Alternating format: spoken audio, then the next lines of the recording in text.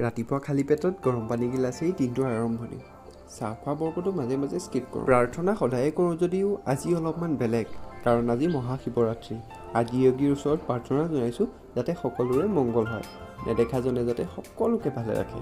পূজাৰ আচলতে বহুত নীতি নিয়ম থাকে, মই ইমান নাজানো, সেইকাৰণে চাকি আৰু ধূপেৰেই কাম সামৰিছোঁ। দিনত আজি ভাত নাখাওঁ, সেইকাৰণে শুকান ৰুটি আৰু ঘুগুনি খাই ওলালোঁ ডিউটিলৈ বুলি। অসমতে পৰে যদিও শিলচৰৰ পৰিৱেশটো অলপমান বেলেগ। ইয়াত থকাসকলে বুজে, মই ইমানকৈ নকওঁ বাৰু। কিন্তু এই ৰাস্তাটো দেখি মোৰ একেবাৰে আমাৰ ফালৰ ঠাইবোৰলৈ মনত পৰি গ'ল, কাৰণ যিমান যি হ'লেও নিজৰ ঠাইখন অকণমান বেছিয়ে আপোন দিয়কচোন। ডিউটিৰ পৰা উভতি বাহিৰে বাহিৰে মন্দিৰত সেৱা ল'লোঁ। কলডিলৰ পকৰি আৰু লাল চাহকণ আজি সন্ধিয়াৰ মোৰ বিষৰ মেডিচিন। ৰাতি ভাতৰ লগত আছিলে মচুৰ দাইলৰ পিটিকা।